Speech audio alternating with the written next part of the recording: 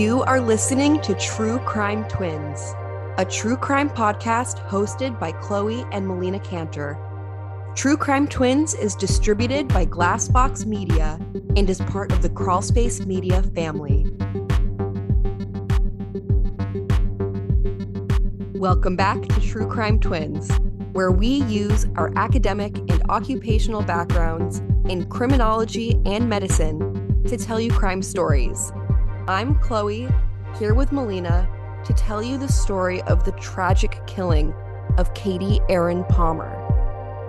Katie was born in 1981 in Texas and died on Earth Day, April 22nd, 2020, the day after she and her husband were struck from behind by a negligent driver as they took a walk in their neighborhood.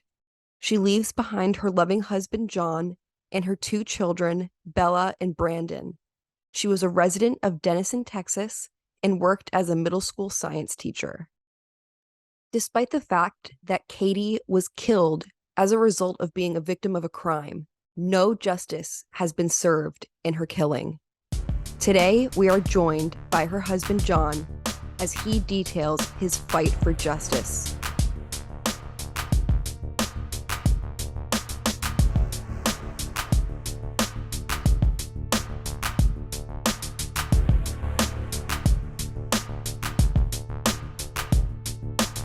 Katie was my wife.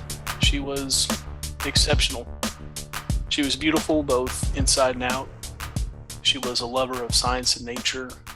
She taught middle school science at Scott Middle School, which is a middle school here in Denison, Texas, where we live. Loved those kids like they were her own. Excelled at being a teacher. She was teacher of the year at her campus numerous times. She was a great teacher, but she always told me that her most important job was being a mom. She loved our two kids, Bella and Brandon. Absolutely adored them. Very family-centric. Her mom was her best friend. She talked to her dad every single day. Kind, courteous, loved the outdoors. Just a kind and genuine person that was taken from us way too soon. I graduated from college a year before she did. We both met at Austin College, which is a college in Sherman, Texas, which is the town directly south of us. And we met. She was a biology major, loved ornithology as well, studying birds. When I got out, I went to go work in Dallas, and she graduated a year later, and she started to work on getting her teaching license. And back then you had to teach for a year under like a provisional license, and then you would be able to get your teaching license. I decided to join the military, and we were still dating. We ended up getting engaged prior to me shipping out. I was then stationed in Gulfport, Mississippi, and she put her teaching on hold for me. She moved out to Mississippi. Again, just another quality of Katie, very selfless. So she stopped what she was doing in order to come with me. And then after we had kids and our kids were able to go to kindergarten, Katie started to substitute teach, and then she got a full-time job at the very school district that she graduated from. I think we coached about every single sport that our kids played in, whether it was softball, basketball, baseball, soccer, everything. During the summers, Katie was taking the kids when she was off to various sports camps, traveling, doing everything. She was very involved. Man, exceptional mother, exceptional. Nobody ever spoke ill of her. She never spoke ill of anybody else. As a teacher, it's very hard for teachers to leave everything that's happened at school. When I say that Katie cared for those kids like they were her own, she'd bring food up to the school. You know, if there were kids in her class that were hungry, she had food for them. If there were kids that were going without, as far as, clothes, she brought clothes up to the school, make sure that, if there was any kids that didn't have coats or any warm weather clothes or just clothes in general, she would always call her mom, Rhonda, and Rhonda would go run to Walmart or Target and get clothes in bulk. Katie would make sure that these kids had clothes. Last year, Scott Middle School, where she taught, renovated a room. stocked it full of essential supplies and clothing for these kids that were going without. And they named that Katie's Closet. So your children were preteen, teenaged when she was killed. How many years total were you guys together? We started dating back in 2001 and then got married in 2004. I guess, gosh, that's 19, 20 years. And at that point, I had been with her more than I hadn't, whether it was dating or married, for more than half my life. And having somebody ripped away from you, stolen from you in the manner that she was taken from us, needless to say, that left a pretty big hole. Left a pretty big hole in me, left a pretty big hole in our family, but just devastated our kids. You can only imagine being a kid at that age, going to sleep one night and waking up to your grandmother running into the house telling you that both your parents had been hit by a truck, and she has no clue what condition we're in, but they needed to get the clothes on and that they needed to go. My daughter, from what my mother-in-law told me, started yelling for her mom, Katie, and ran into our room looking for her. That's going to leave a lasting impact on him. None of this is right or just, and we're still fighting that. But to go through what my kids have gone through and what they continue to go through is horrible. The man that killed Katie lived down our road. He recently moved about 6-8 months ago, but for roughly 2 years drove up and down our street. And we all knew his truck. For the longest time, he drove the same truck that took my wife's life. And for a couple weeks, still had the dent in the hood from where my wife's head hit. To be in our front yard and see that man drive back and forth multiple times a day, for our kids to ask the question of, why is he still driving? Why is he not locked up? I had those questions myself. And that just added to everything else that they were going through with the loss of their mother, the tragic sudden loss, and then to see the man that killed their mom still going on with his life while we're struggling to put ours together. What an injustice, man. What a complete injustice. And he moved actually into the city limits of Denison and now lives close to soccer fields where there are a lot of kids that are practicing soccer multiple days a week. And this man has a reputation and a history of driving while impaired. I think if the district attorney had done his job, Corey Foster would be in prison right now. And all those kids and all those families that are practicing soccer and doing what all families should be doing wouldn't be at risk. But every single day that Corey Foster is still driving around Great Grayson County, I believe we're all at risk. Absolutely. You and your wife, Katie, were taking a walk when Corey Foster hit you both with his truck, killing her and injuring you. Why were there no consequences? DPS that day failed. The investigating officer on scene was Tarif Al-Khatib. We would later find out that Tarif Al-Khatib was family friends with Corey Foster.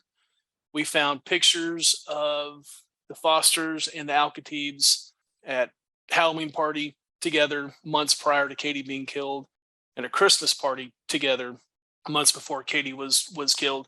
Basically, Tarif Al-Khatib's wife, arm in arm with Corey. The two wives were friends. They were hairdressers together. They had dressed up the same for this party with another group of women. These pictures, pictures say 1,000 words. And these pictures show that there was definitely a connection between Corey Foster and Tarif Al-Khatib. Corey Foster blew a .06 in a portable breathalyzer test, okay? An hour after he hit us, an hour after he ran over my wife, and her body was care flighted to Plano, which is the trauma center in this region. That's where she was sent. An hour after he did that, he was given a portable breathalyzer test and blew a .06, okay? He told another trooper, hey, this guy PBT'd at a .06. The trooper asked Tarif, are you going to get blood? And Tarif declined.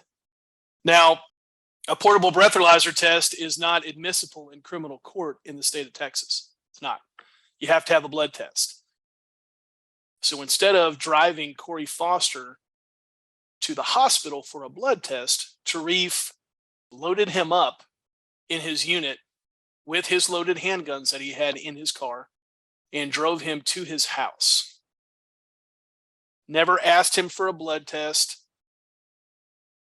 And as per body camera footage, never called a judge to ask for a warrant.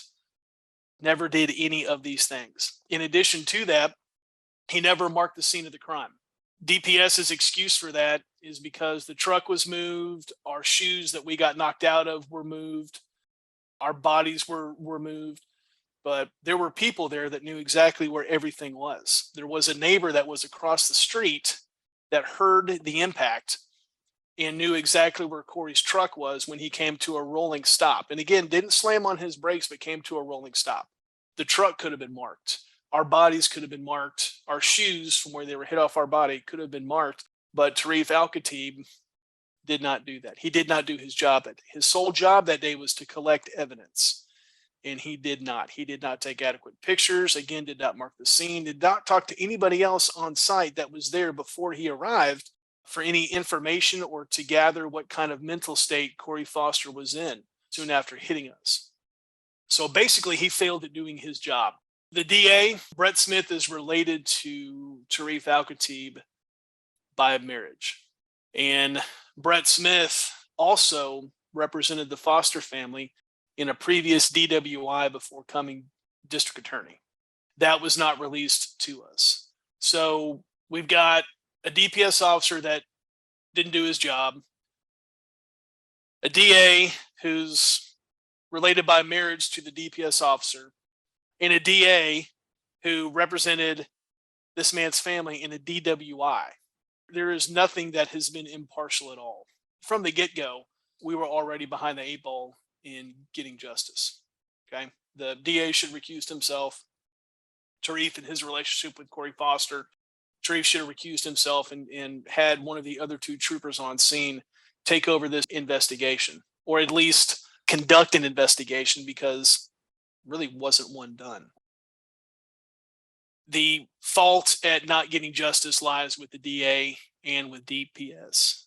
The existing relationships, the lack of an investigation, and the complete and utter failure by Brett Smith, again, our district attorney, and his office. Our case was brought to a grand jury twice. The first grand jury, there were 10 grand jurors. A grand jury consists of 12. One person called in sick, another person recused himself, and no alternates were made available at all. When I asked the prosecutor why this was, he shrugged his shoulders and said that he didn't know. The first grand jury, I testified, Tarif Al-Khatib testified, and because DPS, which is Texas State Police, did not recreate the crash, Grayson County had a third party come in and recreate the crash. And somebody from this company testified as well. Jury came back and no-billed this. So the phone records for Corey Foster were never requested by the DA's office. Never. And there was a report by that third party that was damning against Corey Foster. Very damning. That was not finalized until 6 days after the grand jury. So the DA did not have all the evidence to present to a grand jury.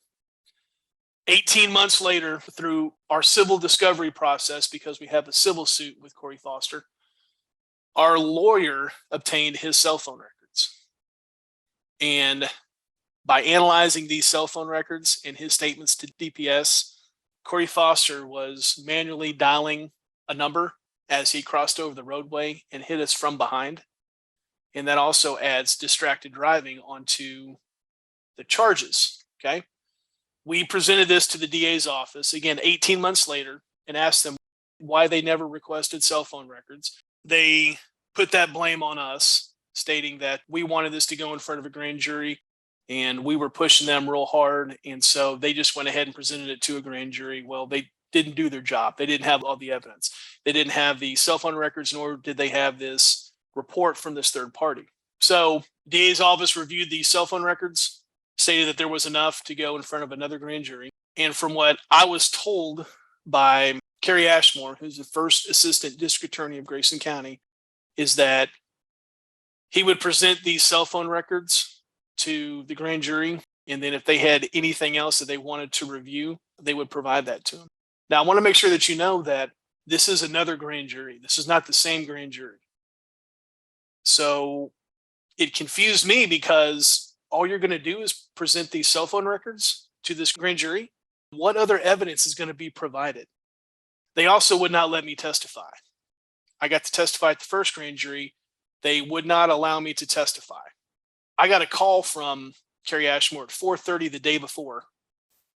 And that's when he told me that they were going to present this in front of the grand jury the next day. So he called me at the end of the day prior. And so that didn't seem right at all. It seemed like things were being rushed. I didn't understand why I was not going to be allowed to testify. I tried to call him back numerous times. He wouldn't answer. I left a message for the district attorney at 6 a.m. the next morning after going back and forth with Kerry on text message, where I asked him not to present this in front of the grand jury unless it's going to be presented in its entirety and I'm going to be allowed to testify as well. He did not respond to it.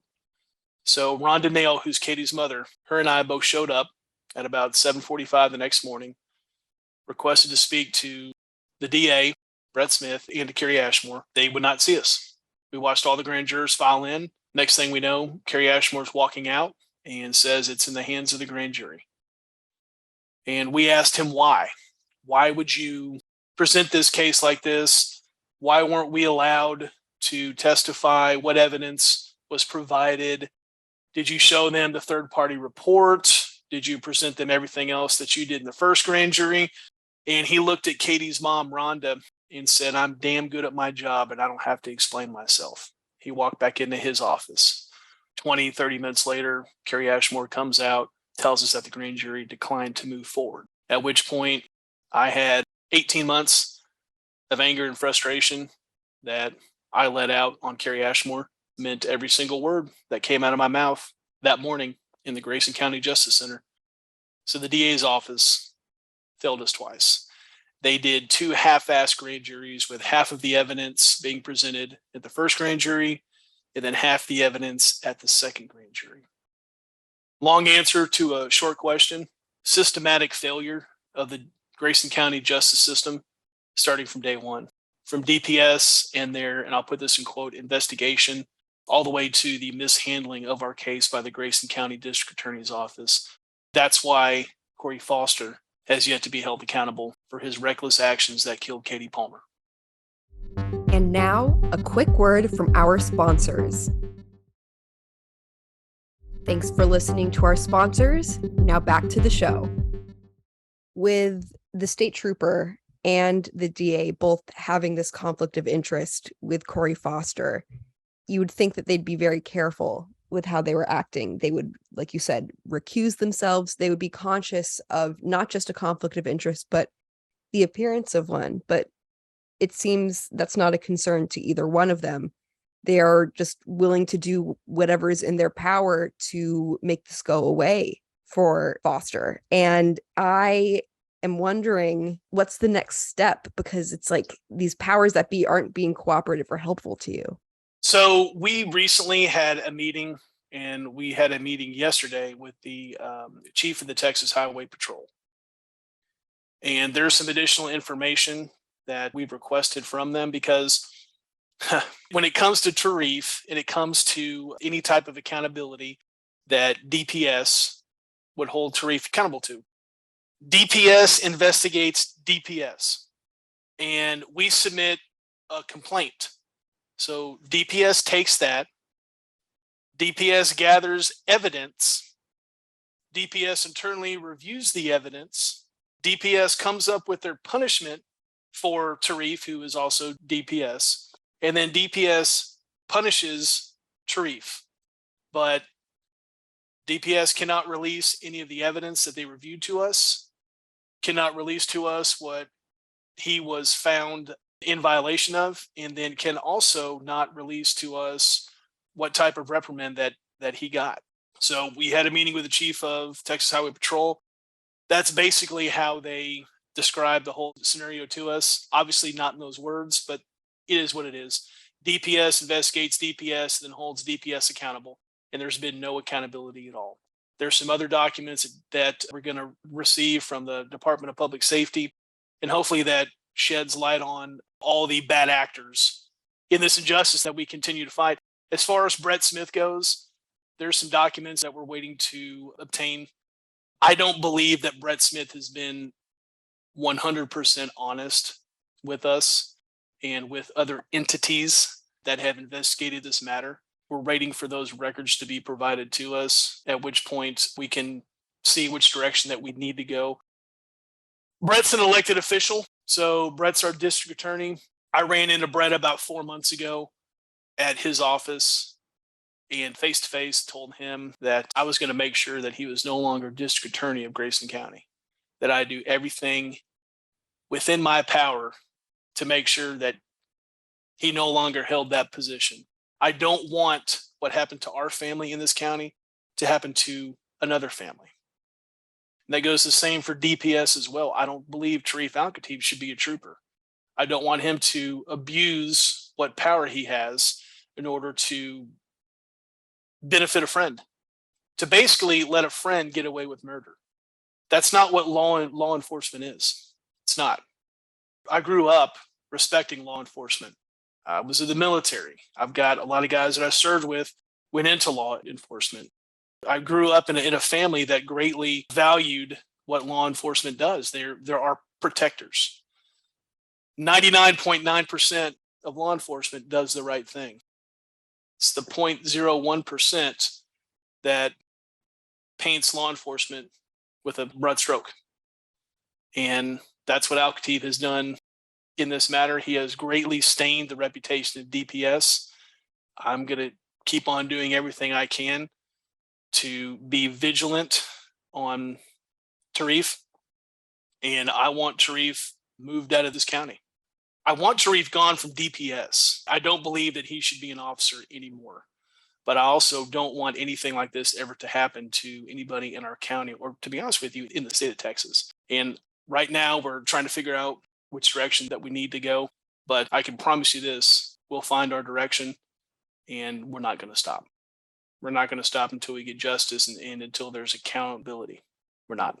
The injustice that you and your family have experienced as a direct result of corruption by people in power, it is indescribably maddening to think about what you all have gone through and what you must be experiencing internally when such unfairness happens regarding someone you love so much. When is Brett Smith's next election? 2024. So that campaign cycle will probably begin a year from now. So our goal will be to identify a good candidate that would run against Brett and absolutely support that candidate with everything that we have. You know, Brett has continued to be non-transparent, continued to not hold those accountable that need to be accountable for their actions. Again, accountable. There's just a common theme with him. It's lack of accountability and not being transparent. Those are two traits that are inexcusable. Should not be something that a district attorney is known for, but through just our interactions with Brett, he's unfit to hold this office. And if it's happened to our family, how many other families has this happened to? So we've been proactive so far. We've put up billboards throughout Grayson County, put up big help wanted signs for a new Grayson County district attorney. So we're going to do everything we can to make sure that Brett is no longer burdened with being transparent or accountable, and we're going to get him out of office. Anyone who acts like this and abuses their power like this needs to get out of office immediately, because it's so harmful and it's so dangerous. And I think he's going to lose in 2024. I guarantee that he will. He absolutely will. There is such just a groundswell of support from this community for change. We had a county judge, Bill Majors, that was a bad actor. And he was a 2-time county judge, a 3-time mayor of Sherman, which is the county seat here in Grayson County. Again, probably the most entrenched politician here in Grayson County. And this community was tired of all his past transgressions, as far as he had 4 DWIs. Most recently, while serving as county judge, was arrested for a DWI where he was 3.5 times over the Texas legal limit. He hit a light pole and then drove across the highway, putting everybody in danger. Our local system here in Grayson County, including our district attorney, Brett Smith, who refused to prosecute him. In fact, he recused himself from that case. Our local system here tried to sweep this underneath the rug. Bill got a slap on the wrist. He paid a fine and had, I believe, 6 months of probation. Our community looked at this. They're tired of it. They're tired of the system that we have and demanded accountability. And Bill Majors lost his reelection in a landslide, roughly 13,000 votes to 6,000 votes. Our community has seen what Brett Smith has and hasn't done. And I believe Brett Smith is going to reach the same outcome as Bill. And Brett will be known as the former district attorney of Grayson County. I imagine your civil case, and I'm curious about the status of that and how that's going. The evidence that it's already uncovered and may continue to uncover, how that could contribute to a new case being brought before a grand jury. Right now, we're going through the discovery process still, and then we've got depositions that were supposed to be held next week, but Corey Foster's attorneys have yet again pushed that back. So I believe once I would hope that there would be more evidence that we could get from the civil discovery and civil trial that we could then represent to our district attorney's office and have them put this back in front of a grand jury again, which I hate saying the word again, because there was enough evidence that if it was properly presented and properly gathered, then I believe that this would have just taken one competent prosecutor and one grand jury. And I believe Corey Foster, I don't think we would be talking right now. I believe Corey Foster would be in prison. So again, we're going to wait to see how the civil process plays out, and with any evidence that's gathered, if it's going to be helpful securing the prosecution of Corey Foster in a criminal court, then we'll absolutely provide that to the Grayson County District Attorney's Office. Absolutely. Is it known how fast Foster was driving at the time? When Corey hit us, he was driving a 6,000-pound truck. So when he hit us, the front sensor did not go off, even though Katie's body got wrapped around the hood of his car. Her head put a huge dent in the hood. There was not anything recorded internally on that truck that would provide us with speed. So what would normally happen in an accident, you've got that little black box that records all the data for the vehicle. If there's a big enough impact, or if there is a rapid deceleration, then that black box would record the speed. But Katie was not a big enough impact, and Corey did not slam on his brakes when he hit us. Corey hit us and then came to a gradual stop. Okay. So it was not recorded there. Troopers on scene joked about how fast Corey was going. One trooper stated Corey said he was going 15 miles per hour. Now, 15 miles per hour is not going to throw us 70 feet. One trooper stated that Corey was going 15 miles per hour. Well, Al-Khatib and another trooper started laughing, and they both agreed that he had to have been going at least 50. And that never made it into the report. And because of the poor job that DPS did that day in their investigation, i.e. not marking the scene or taking adequate pictures or talking to anybody that was on scene that could have said the bodies were here, the truck was here, the shoes were here, that hurt that third party trying to recreate this crash because they didn't have any points of reference. They only had to go by the horrible pictures that DPS took that day. They estimated that the truck could have been going anywhere from 33 to 43 miles per hour, but they won't know for sure because, again, DPS did not do their job. And just to let you know, the posted speed limit is 30. He broke your back, right? I had 3 fractured vertebrae. I had multiple broke ribs, and I had internal bruising of organs. Yes. And do you have long-term effects from those injuries? None that I know of now, no. I was in ICU, and they wanted to keep me there for a couple more days. I had to leave the hospital.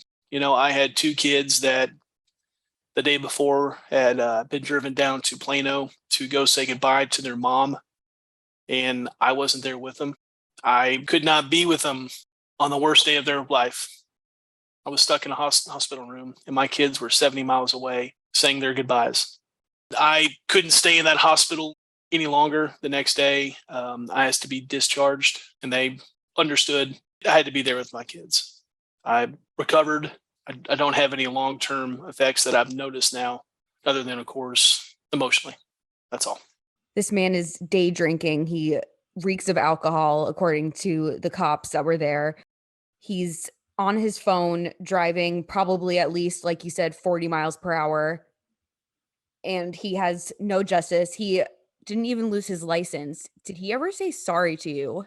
About a week after this happened, I got a phone call from him. Okay. I let it go to voicemail, and a very intoxicated Corey Foster left me a message saying how sorry he was and how hard this was on him. That wasn't an apology.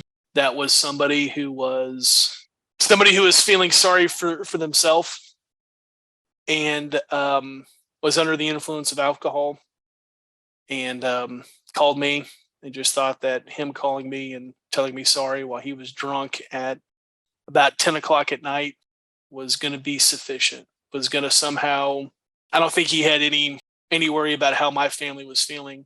I think he was feeling sorry for himself. And again, that's not an apology. An apology is not made at 10 p.m. at night when you're drunk. So have I gotten an apology from Corey? No. Did at any time while he was on scene on body camera, do you know how many times he asked how Katie was? 0. 0. Who does that? Somebody with absolutely no conscience. I don't know about you, but if I was involved in an accident where I've got a medical evac helicopter that has landed, I've got a woman who is being transported on a gurney to that helicopter, I've got 3 state troopers, I've got probably 10 or 12 EMTs and firefighters there, and not once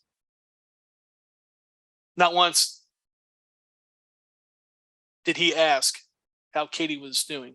If that was me, I don't know if I could complete a sentence. I think I'd be so distraught at the fact that I've killed somebody. I've hurt somebody. I caused this. He was more concerned about when he was going to get his truck back. He was more concerned if he could go and get some insurance documents in his car. He was more concerned on when his truck would be released than he was with how Katie was doing. Never once asked. That just shows you what his mental state was that day. We all know that he was under the influence of alcohol, but he was emotionally flat. The only emotions that he showed that day was laughter when he failed his one-legged stand test. And then when the troopers asked him if he had any weapons in his truck, he said, "Yes, I have 2 Glocks." And they asked him, "Are they loaded?"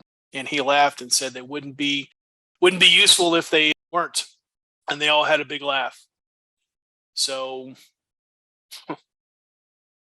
it angers me. It angers me that he didn't care.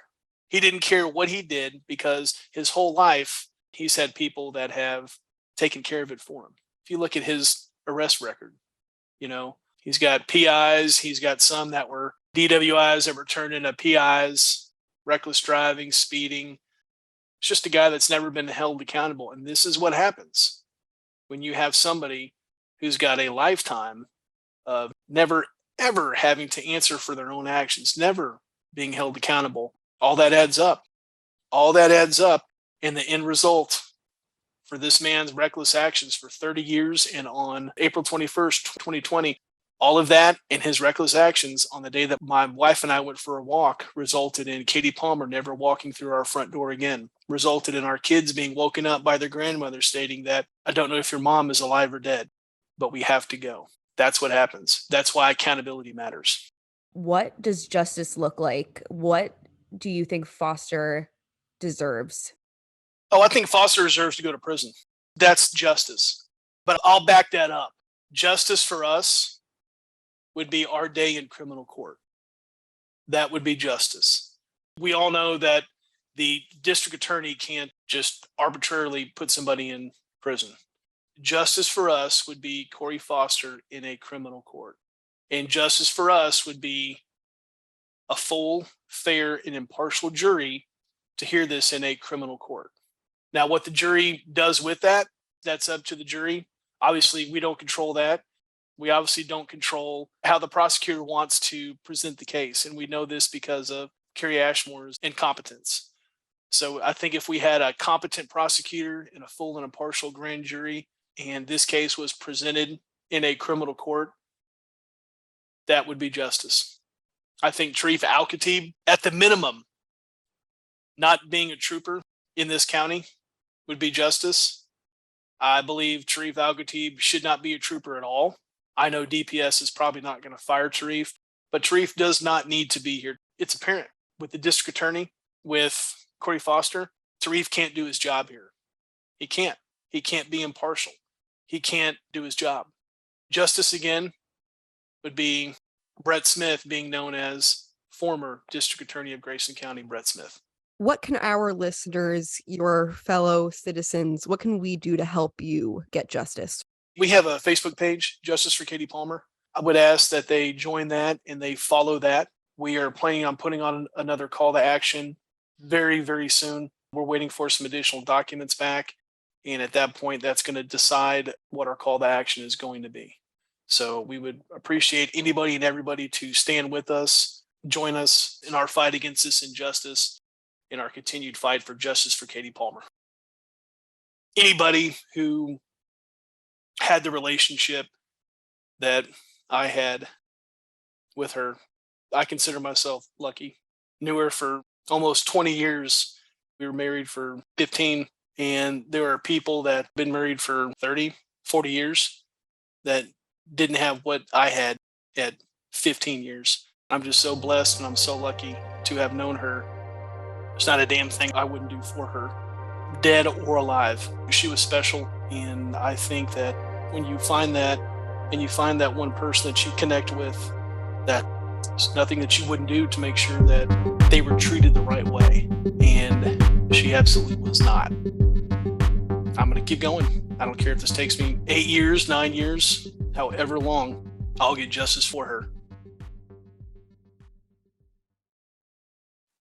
Thank you so much for listening to this episode of True Crime Twins. You can follow us on social media. On TikTok and Twitter, we are at True Crime Twins. On Instagram, we are at True Crime Twins Podcast. You can also email with questions, comments, case suggestions at truecrimetwinspodcast@gmail.com. Thank you for joining us for our new release day, which is every Wednesday.